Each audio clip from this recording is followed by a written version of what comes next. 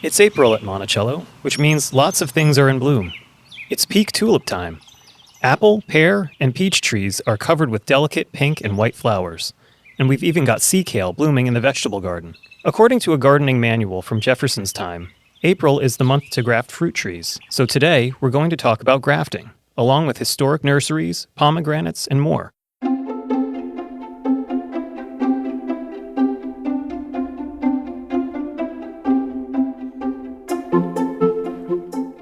This is A Rich Spot of Earth, a podcast about gardening and the natural world. I'm Michael Tricomi, manager and curator of historic gardens at Monticello, Thomas Jefferson's home in Albemarle County, Virginia.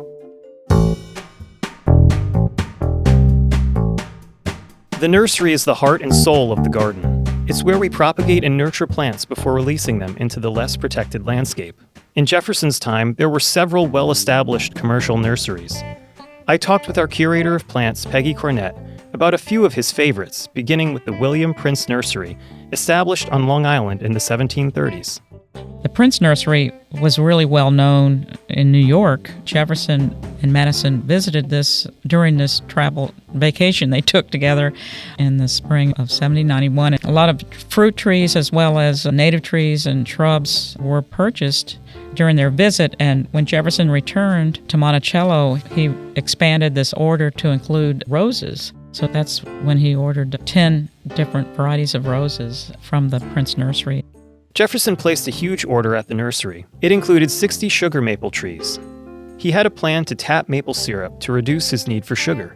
Unfortunately, he eventually discovered that Virginia was a little too warm for maple syrup production.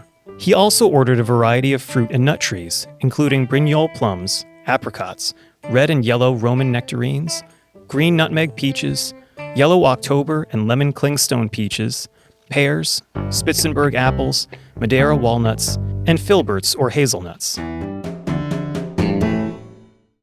When Jefferson and Madison visited the Prince Nursery, Jefferson was serving as Secretary of State under George Washington and was embroiled in a slew of political disputes. His adversaries, including Alexander Hamilton, suspected that this trip north involved some sort of secret political agenda.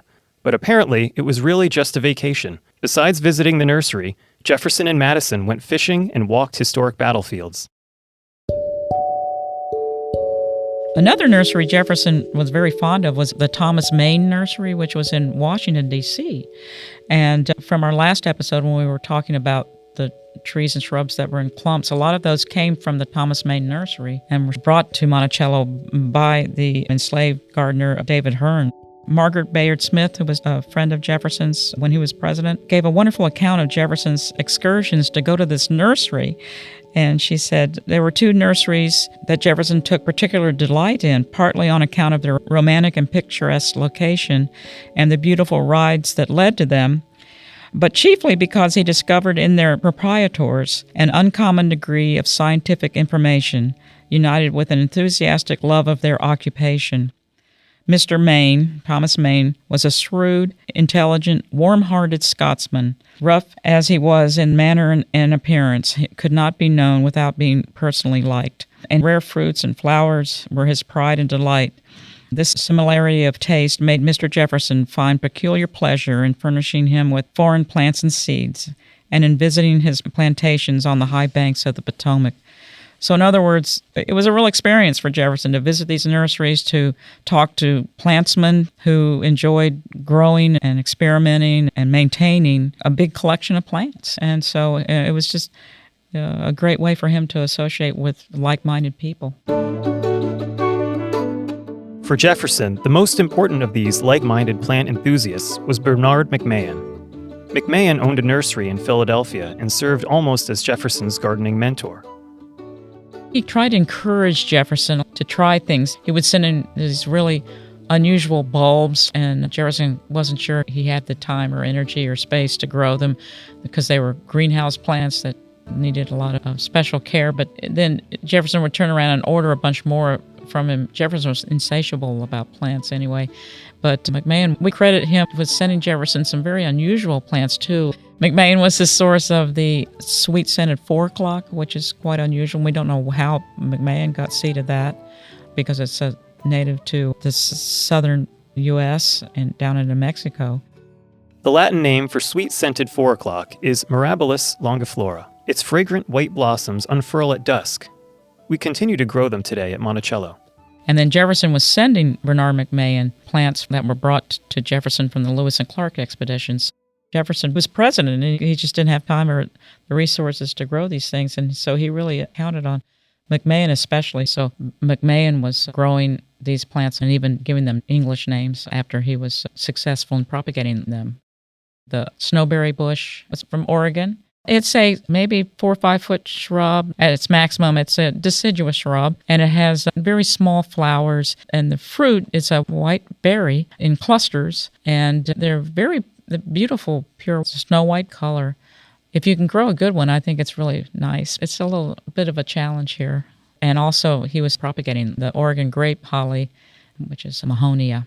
But it's not the Chinese Mahonia. This is a smaller leaf. It does have a bright yellow clusters of flowers.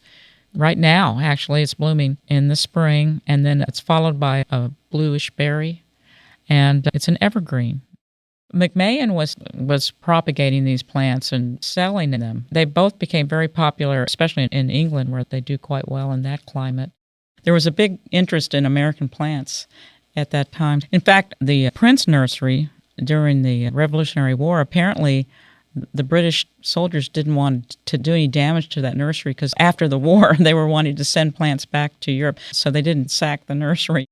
Bernard McMahon published an important reference book called the American Gardener's Calendar. It lays out the essential garden activities for each month of the year. Jefferson received a copy of this book in 1806, the first publication of the book. McMahon was proudly sharing it with the President of the United States, and Jefferson really was pleased to get it. Jefferson's leaving notes for his overseer or for his granddaughters how to plant certain things, and when you reference it back to McMahon's book, it's almost word for word. Jefferson had 2 nurseries at Monticello. There was the old nursery below the vegetable garden, and the newer nursery was at the east end of the vegetable garden terrace. The old nursery was just separated into, similar to the vegetable garden, different squares or plots, garden plots. And then the new one was divided into terraces. There was at least 16 different terrace levels to it.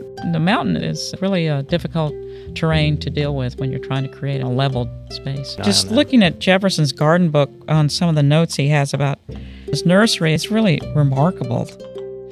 Wormley Hughes was skilled at propagating and growing plants in the nursery, but other enslaved gardeners were mentioned, like David Hearn, that were skilled at propagating as well. There were 13 kinds of shrubs, 41 species of ornamental trees, 26 vegetable varieties, 6 kinds of grasses, 11 nut trees, and 53 fruit tree varieties were recorded in the nursery over time. So it really was an important part of the whole collection of Monticello. For sure. And then they had an ornamental factor as well. From the design and the layout of them, we talked about the terracing in the one nursery and the beds or the squares in the other, and the organization that went into them, making sure everything was properly labeled and assigned a certain area was really important. Yeah, labeling is very important, certainly now too, of course. Yes, definitely. But in the old nursery in 1811, it was surrounded by castor beans that year, which was supposed to be intended, I think, as an animal repellent, but also had an ornamental quality to it as well. Yeah, and it was a living fence, I guess, in a way. Yeah.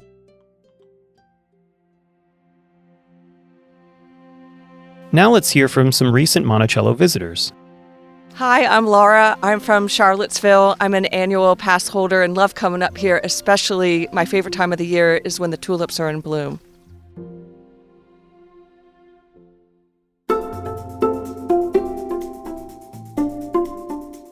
Grafting fruit trees was one of the most important tasks in Jefferson's nurseries. Horticulturalist Robert Dowell joined me and Peggy to explain the process. Fast forwarding to the 21st century, anyone who buys a fruit tree these days is more than likely to buy a grafted tree, especially the palm fruits, apples and pears, the stone fruits, peaches, plums, and cherries. Almost exclusively will be grafted. Grafting is a tried and true propagation method, and it's been around since antiquity. It's really amazing to think that people in ancient times discovered how to surgically detach two pieces of plant and then reattach them together to propagate plants. And certainly it was known in Jefferson's time. Specifically with fruit trees, if you take a seed of an apple tree and you plant it, so if I take a Honeycrisp apple and I try and plant that seed, the resulting tree and fruit that you'll get will not be the same quality of the parent plants. And I'll have to wait possibly 10 years or more to find that fact out. Grafting is a form of clonal propagation, so you are preserving the lineage of that variety. So you're guaranteed to have the same quality fruit or flowers or vegetation or whatever the desirable trait is. You also get that trait much faster. So a grafted fruit tree will often produce fruit its second or third year in the landscape. It's usually good practice to remove those early fruits and let the plant establish itself, but the plant is in a reproductive state ready to go, so to speak. So it gives you a much shorter time window for production. The thing with grafting, too, is that it's its own art form in a way. I've heard a propagator once described it as carpentry. And some forms of it are literally like joinery. You're making a cut in the rootstock and a corresponding cut in the scion, and you're interlocking them together like a joiner will join a piece of furniture. The scion is whatever desirable traits you want in the plant. In the case of fruit trees, it might be you want a specific cider apple, a specific fresh-eating apple, maybe a certain ripening time. For an ornamental plant, it might be variegated foliage. It might be a weeping habit, flower color. Weeping cherries. Yeah. Any weeping plants you sold at nurseries, those will almost always be grafted.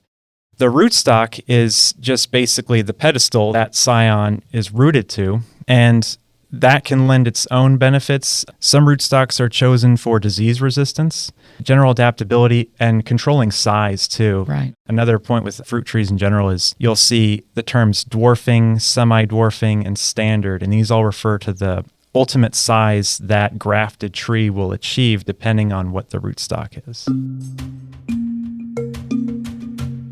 There's so many different styles of grafting and techniques that have been developed. But there's two general categories of grafting. There's bench grafting, which is basically grafting at a table with potted stock. The advantage to that is you have a small plant that you can easily move around to an ideal growing environment like a greenhouse. And then the other technique is field grafting, where you're literally grafting out in the field with the elements working with you or against you. And that would have likely been what Jefferson was dealing with in his time, was field grafting techniques. Wow. Michael's been grafting some peach trees, and I guess you're probably doing them in pots, but Jefferson would have just put them right in the ground. Straight in the ground. Yeah, he grew his own rootstock too, and then, I think right into the ground, right in the nursery. But we usually buy in rootstock, bare root, and then graft it, pot it, let it grow a little bit, and then we'll plant it out in the orchard. In the American Gardener's Calendar by Bernard McMahon, he talks about from season to season different tasks that are undertaken in the garden. And in April, he mentions grafted trees. This is a time for examining the grafted fruit trees that you have in your nursery. He mentions clay and bandages as a means to hold the graft together. And so he says, examine the new grafted trees. The clay is sometimes apt to fall off or crack so as to admit air and wet to the grafts. So keeping a nice, good union is really important. Trying to eliminate moisture from the graft is really important. He also mentions the rootstock, sending up shoots, making sure that it doesn't do that because that can dehydrate the scion wood and ultimately cause your grafted tree to fail. He mentions the different stages of grafting throughout the year. Last but not least, we wanted to talk about the nursery at Tufton Farm, which is part of our Center for Historic Plants. We talked before about our greenhouse operations in terms of creating unique growing environments. And so once plants graduate from the greenhouse, then they're moved outside and hardened off. We really like to take advantage of little microclimates within the nursery. We have a great big hybrid oak tree. I call it a hybrid because we don't know exactly what species it is, but great tree. It's a massive tree and it creates a giant area of shade in our nursery, which is perfect for growing our shade-loving native plants. Other areas of the nursery, we have designated cold frames, which are basically simple rectangular wooden frames with gravel inside and then landscape fabric over that to keep the weeds down. And in those frames, we'll overwinter things in these frames by packing them tightly and then putting white plastic over them to give like a mini greenhouse effect. But this time of year, we've pulled back pretty much all the plastic. We're letting the plants get used to the spring weather fluctuations.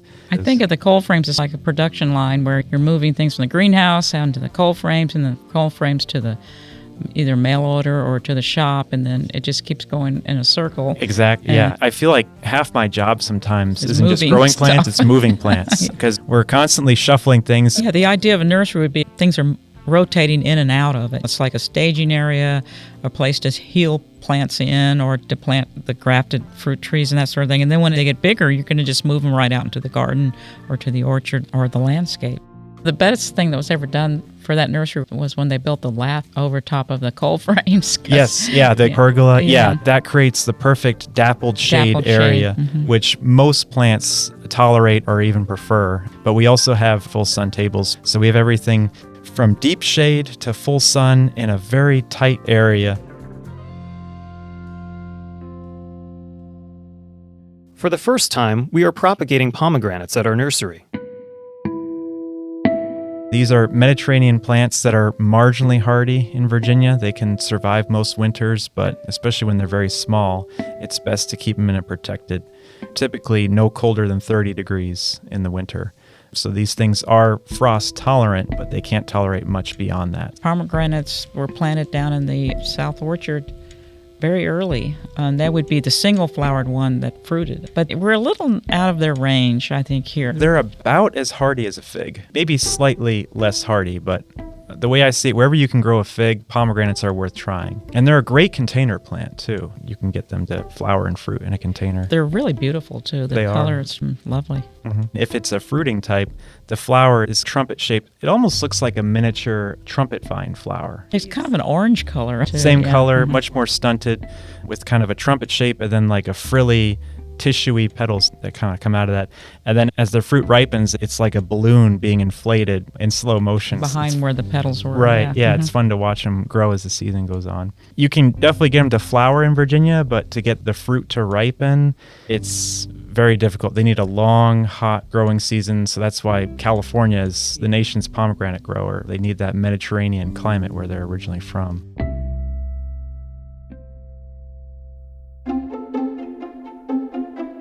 If you'd like to visit Monticello's nursery, our spring open houses are on April 27th and May 25th. We'll sell plants and seeds, and staff will be on hand to answer any of your questions. It's always a really fun day. That's it for April. Thanks for joining us, and tune in next month when we'll take a deep dive into roses.